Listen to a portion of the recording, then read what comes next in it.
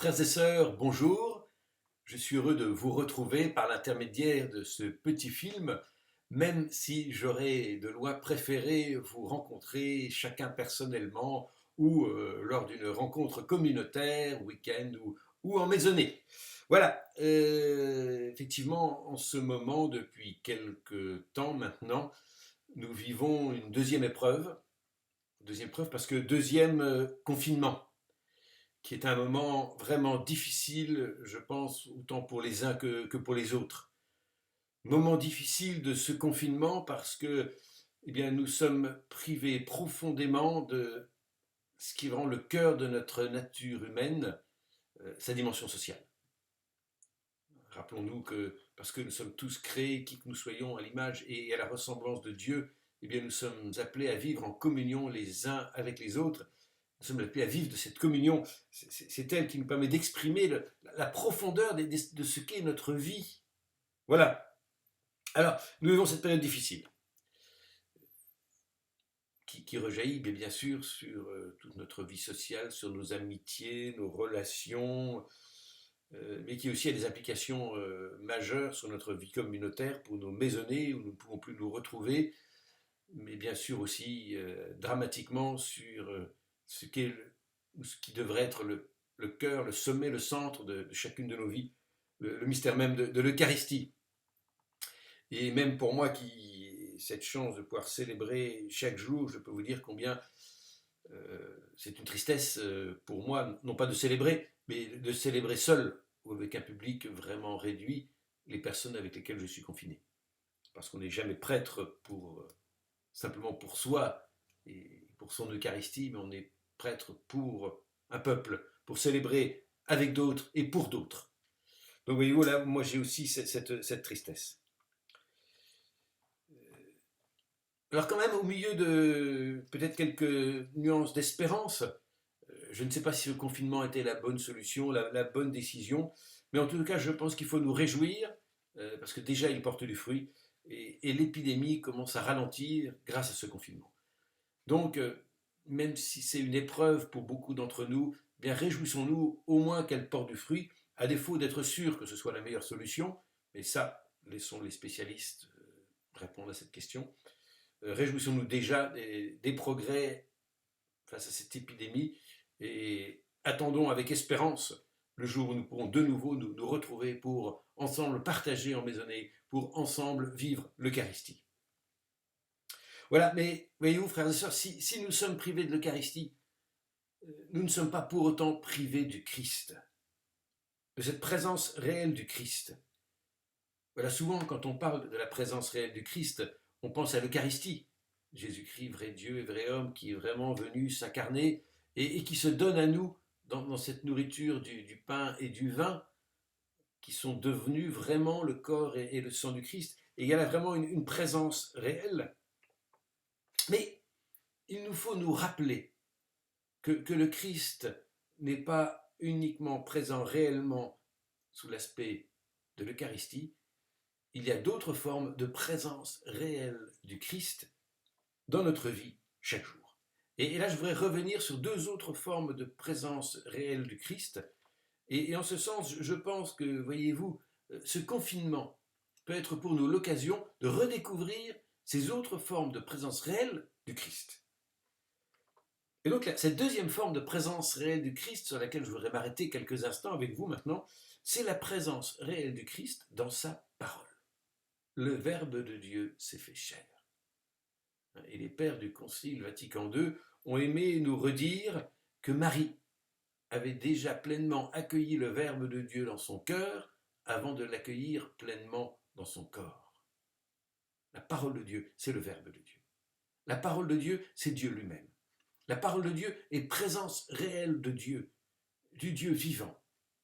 Quand la parole de Dieu est lue, quand elle est écoutée, quand elle est proclamée, c'est Dieu ici et maintenant qui parle. Ce n'est pas un texte du passé, ce n'est pas la parole du Christ il y a 2000 ans, ou la parole d'un prophète d'il y a 3000 ans, ou 4000 ans, ou je ne sais quoi. Non, c'est vraiment la parole de Dieu, du Dieu vivant, qui s'adresse à chacun d'entre nous aujourd'hui. Voyez-vous, frères et sœurs, il n'y a jamais de célébration sacramentelle sans cette présence de la parole de Dieu, qui nous ouvre, qui nous révèle la vérité, qui nous révèle Dieu, qui nous révèle le Père, qui nous révèle notre vocation, qui nous révèle l'amour du Seigneur pour nous et qui nous révèle combien il veut vivre avec nous. Et rappelons-nous toujours Marie qui gardait toutes ces paroles dans son cœur. Marie, en gardant la parole de Dieu dans son cœur, en méditant cette parole de Dieu dans son cœur, gardait présent le Verbe de Dieu en elle. Et nous-mêmes, je crois que nous sommes appelés à redécouvrir cette parole de Dieu comme présence vivante de Dieu. Dans la communauté, nous sommes appelés chaque jour à commencer notre journée par un temps de prière, un temps de louange, où la parole de Dieu doit avoir sa place. Nous sommes invités aussi à méditer, à relire ou à prier chaque jour les textes du jour, de la messe du jour. Alors, habituellement, nous sommes invités à vivre de l'Eucharistie et donc à écouter la parole de Dieu proclamée. Et là, chaque jour, pendant le confinement, nous pouvons prendre le temps, à défaut de pouvoir aller à la messe, prendre le temps de lire cette parole et peut-être de la lire avec ceux avec qui nous sommes confinés, en couple, en famille, et de partager sur cette parole. De même que le pain de vie eucharistique est appelé à être partagé, de même la parole de Dieu est appelée à être partagée. Et plus elle est partagée, plus elle est parole vivante. Voilà, donc prenons le temps d'écouter cette parole de Dieu, de l'écouter chaque jour, de nous nourrir, de nous réjouir de cette présence, de nous réjouir de ce que le Seigneur a à nous dire à chacun personnellement. Oui, pour chacune de nos journées, le Seigneur veut nous redire une parole d'amour, veut être lumière pour nous, il va être chemin, il va être vérité, il va être vie pour nous. Et la façon dont il l'est concrètement, par laquelle il nous guide concrètement, objectivement, c'est sa parole. Voyez-vous, prenons le temps et profitons de ce temps du confinement comme une chance pour redécouvrir vraiment ce qu'est la parole de Dieu. L'écouter, la méditer, la garder dans notre cœur. Et la meilleure façon de la garder dans notre cœur pour nous qui avons un petit peu du mal aujourd'hui avec la mémoire, eh bien, c'est de nous rappeler l'enjeu de notre carnet à parole. Voilà, il faudrait que chaque jour nous puissions noter une petite parole, un petit rien, mais une parole que nous voulons garder dans notre cœur, que nous accueillons le matin à la louange, et le soir en nous couchant, mais on dit, mais voilà cette parole que j'ai gardée dans mon cœur tout au long de la journée. Et en la relisant, mais on s'aperçoit combien elle a porté du fruit. Je donne quelques petits témoignages là. Combien de fois il m'arrive parfois, quand nous louons ensemble ici au foyer, de recevoir une parole, puis de me dire, qu'est-ce que c'est que ce truc-là ?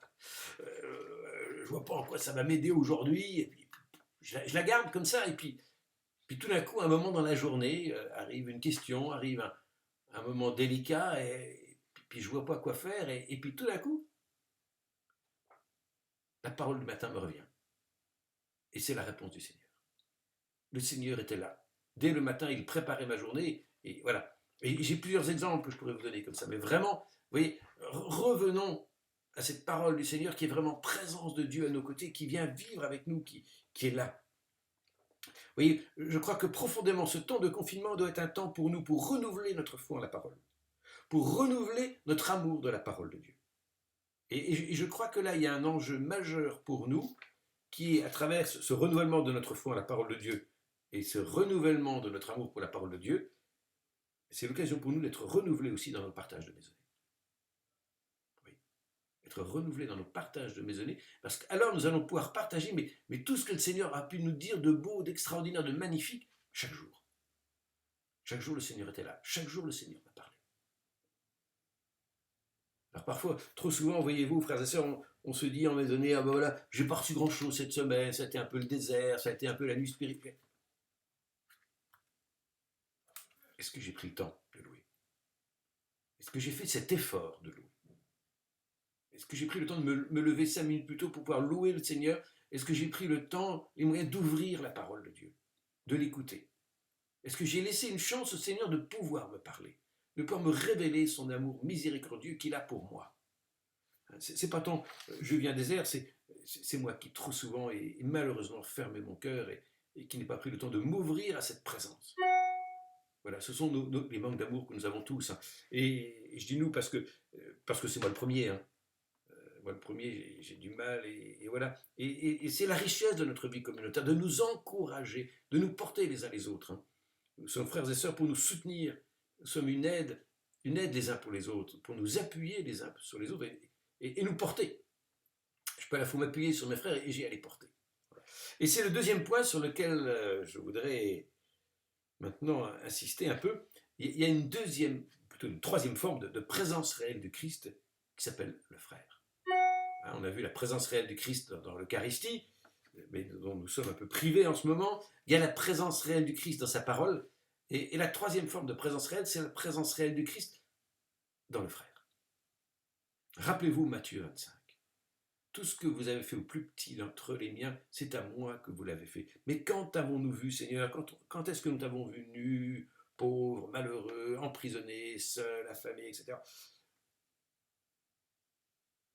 Dans le frère. À chaque fois que j'étais nu, à chaque fois que j'étais pauvre, à chaque fois que c'est à moi, c'est moi qui étais là. Tout ce que vous avez fait au plus petit d'entre les miens, c'est à moi que vous l'avez fait. Tout ce que vous n'avez pas fait au plus petit d'entre les miens, c'est à moi que vous ne l'avez pas fait. Oui, frères et sœurs, apprenons à reconnaître cette présence du Christ dans notre frère. Et j'aurais envie de vous dire déjà dans notre frère de maisonnée.